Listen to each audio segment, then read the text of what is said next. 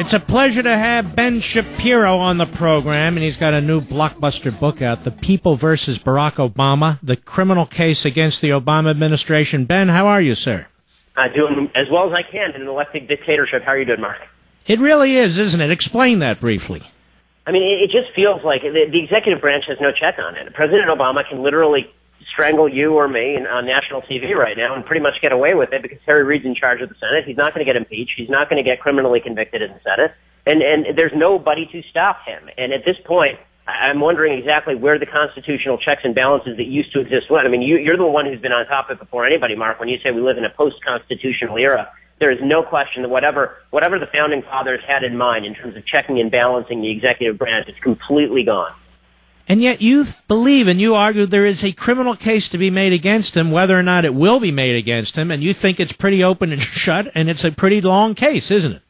Oh, absolutely. I mean, the number of criminal charges that could be brought against this president and certainly the people under his administration is just, it's endless. I mean, it's starting with Lois Lerner and the IRS scandal. I actually make the case in the book that we should broaden RICO, the Racketeer Influence and Corrupt Organizations Act, so that people could actually take civil action against the executive administration, given the fact that the lead criminal, I mean, this is the biggest problem. The lead criminal in the administration happens to be the criminal prosecutor, right? I mean, what do you do when the criminal prosecutor, when Harvey Dent is two-faced, what exactly do you do? What do you do when Eric Holder, the Attorney General of the United States, tasked with prosecuting crime inside the executive branch, is in fact the lead criminal? And the only answer is eventually we're going to have to get to the point where we just say, fine, screw it, give it back to the American people, let them sue members of the executive branch, and let's just stop them dead that way. He does act like a lawyer for the mob, doesn't he? I mean, he represents Obama. He doesn't represent the people. It's absolutely a mafia-esque organization. It's absolutely a mafia-esque organization because President Obama never, this is why it's so ridiculous when you hear Democrats say, ooh, you're also conspiratorial. Where's the smoking gun? Where's the smoking gun? When you're the head of an executive branch that has 2 million employees, you never have to have a smoking gun, right? It's Henry II and Thomas Becket. All you have to do is say, will no one rid me of this troublesome priest? And lo and behold, your knights go out and kill somebody. That's what's happened with the IRS. President Obama, for months, said, wouldn't it be great if somebody did something about these crazy 501c4 groups from the conservative side of the aisle? And lo and behold, there's the IRS doing something about those crazy conservative groups from the other side of the aisle. President Obama, all he has to do is say, well, wouldn't it be great if America had a smaller presence on the world stage? And lo and behold, the State Department removes all security from Benghazi and 4 people end up dead. All the President of the United States has to do is say, oh, wouldn't it be fantastic if Israel lost all capacity to strike Iran? And there we are, leaks in the New York Times from the Defense Department the next day talking about how Israel has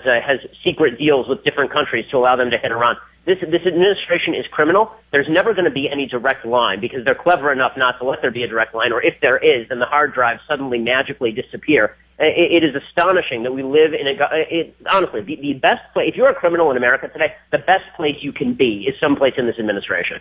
Mm-hmm.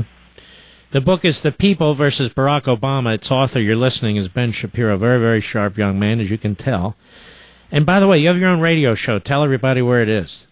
Yeah, I've got a couple of them, actually. I've got one out in Los Angeles. It's called The Morning Answer with a liberal guy named Brian Whitman and Alicia Krause, who's Sean Hannity's former producer. I know both of them. Yep, exactly. They're both old WABC folks. And then I've got and then I have an afternoon show over in Seattle on KTTH. So it's a busy day. I'm sure my friends at KBC and KVI will be thrilled about that. Okay. Hey, but look, we're brothers in arms. That's the way it works. Anyway, the IRS has been front and center. This just goes on and on and on. I mean, today's testimony. And notice how arrogant these people are, the IRS commissioner. And they're arrogant for the reasons you say, because they know nobody's going to touch them. There's no answerability, right? I mean, the IRS commissioner goes out there and he says, yeah, these things magically disappeared. And how dare you suggest that I'm lying to you? And I don't know, Mark, you and I can expect IRS audits, I'm sure, in the near future. If we haven't, I haven't had one yet. I'm young enough that I haven't had one. I'm sure you're getting one every other year now. But which, by the way, that in and of itself, when we joke about that in and of itself is a statement as to what kind of tyranny that we live in. Because we joke about it, but deep down we all know that it's actually real. That if you oppose this administration, there's a very solid shot you're going to end up on the wrong side of an audit. You're expected to have your restaurant receipts from Applebee's, when you went out to lunch with Sean Hannity 5 years ago. But Lois Lerner can magically lose her emails, right? At the end, it can be like Mission Impossible. This email will self-destruct in 5 seconds. And we're all supposed to sit there and go, oh, well, I guess that's just the way that it works. The reason that they're so brazen is because there is no answerability. Here's the problem. I mean, you've explained this on your show so many times, and I love it when you do. The check that was supposed to be provided by the legislative branch is completely gone thanks to the regulatory state. Because the executive branch is so damn big, because it has moved into the purview of legislation, the easiest thing for Congress to do is just to pass broad laws, throw it over to the executive branch, and then if the executive branch does something wrong, then the legislators should say, hey, wait, it wasn't us. Re-elect me. It wasn't us. It was that regulator over there. So they have every interest in the world to keep this graft going. And, of course, the folks over in the executive branch are happy to keep the graft going. And the folks over in the judicial branch, at least at the Supreme Court, the federal judiciary, they don't care in the slightest, because the more that they can centralize all power in the federal government, the more jurisdiction they have. So we've now come to the point in America where somebody needs to throw a wrench into this machinery of government. When we hear from people on the left that government is just inefficient and it's gridlocked, not for me it ain't. I mean, last time I checked, a gridlocked machine of government would not be growing. It would not have doubled in the last 13 years if it were gridlocked. And what in your book, what is the worst offense by this president, or does it not really matter? They're all collectively bad enough. Yeah, I mean, I think that the worst offense that Obama could be most directly linked to is probably the IRS scandal, and I get into pretty significant detail as to what happened with the IRS, ranging from the president basically calling for the IRS to do exactly what it did, to Democratic senators sending letters to members of the IRS saying, we need you to crack down on these particular groups. But the truth is that the criminality in this administration runs so deep that it truly is astonishing. I mean, Hillary Clinton right now should not be worried about whether she gets into the White House. She really, in a just world, she would be worried about whether she would end up in the big house, because the truth is that what happened in Benghazi was negligent homicide, right? I mean, by any definition, this is negligent homicide. There are three elements to negligent homicide. Someone died, something reckless happened to create that death, and they knew that it was reckless when they did that act. If you don't think that's negligent homicide, to remove security from the most dangerous place on earth after repeated warnings from the people on the ground saying we're going to get killed, I don't know what exactly counts as negligent homicide. And here she is traipsing through the media explaining that Benghazi is actually more of a reason for her to run for office. This is why what I've suggested in the book is that, it may be a pipe dream to impeach, it may be a pipe dream to criminally prosecute these people, but what is not a pipe dream is to force Congress to pass legislation that would allow us to sue, right? I would like to see Chris Stevens' family suing Hillary Clinton for wrongful death. I would like to see the members of Brian Terry's family suing Eric Holder and the Justice Department and the members of ATF for Fast and Furious. I would like to see all of these 501c3 and 501c4 groups suing Lois Lerner personally and wrapping up the Obama administration in a RICO lawsuit so they could be sued directly. And the reason I think that this could be a little bit more of a successful strategy, first of all, it would cut the Achilles heel of government. I mean, they really would not be able to move. The reason I think this would be more successful is twofold. One, Republicans they're gutless and they don't want to actually do anything themselves. So kicking it back to the people is a good excuse for them not to do anything. And two, Democrats love government, but there's one thing that they love even more than government, and that's lawsuits. So if we can somehow enable the trial lawyers and the lawsuits to go forward, maybe even we can get some Democrats to sign on to something like this.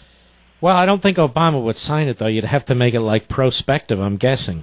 I think that's probably right. You probably have to make it prospective, and then to keep some sort of check on. I was talking to Louis Gohmert about this actually. To keep some sort of check on this, what you probably want to do is make it a loser pays system, so that you just can't have every frivolous lawsuit enter the system. But yeah, you'd have to make it prospective. Plus, we're going to have to get to the point in this country where when officials leave office, we start making them criminally and civilly liable for the acts that they take while they were in office. I mean, Hillary Clinton's out of office right now. Executive privilege should not protect her.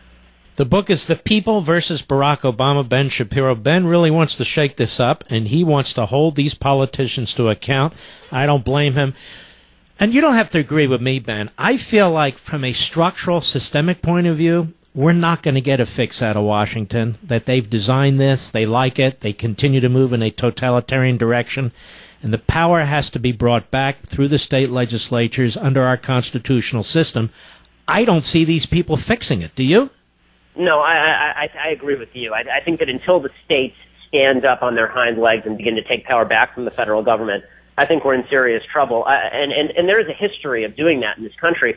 And you're seeing, I think, some governors actually on both sides of the aisle, depending on the issue, starting to buck the federal trend on this. But unless that happens, I think that we're in some serious trouble, because I totally agree with you, Mark, that I think that when you look at the structure of the federal government, as I said earlier, every check and balance has now been broken. So the idea that anybody's going to be held to account is ridiculous. That's why states were set up in the first place. And the idea that the states have now become secondary to the federal government, I mean, they're common phrases that we used to use in everyday life that have now gone completely out of the parlance because they just don't apply anymore. Remember when you were a kid and you used to say, this is a free country?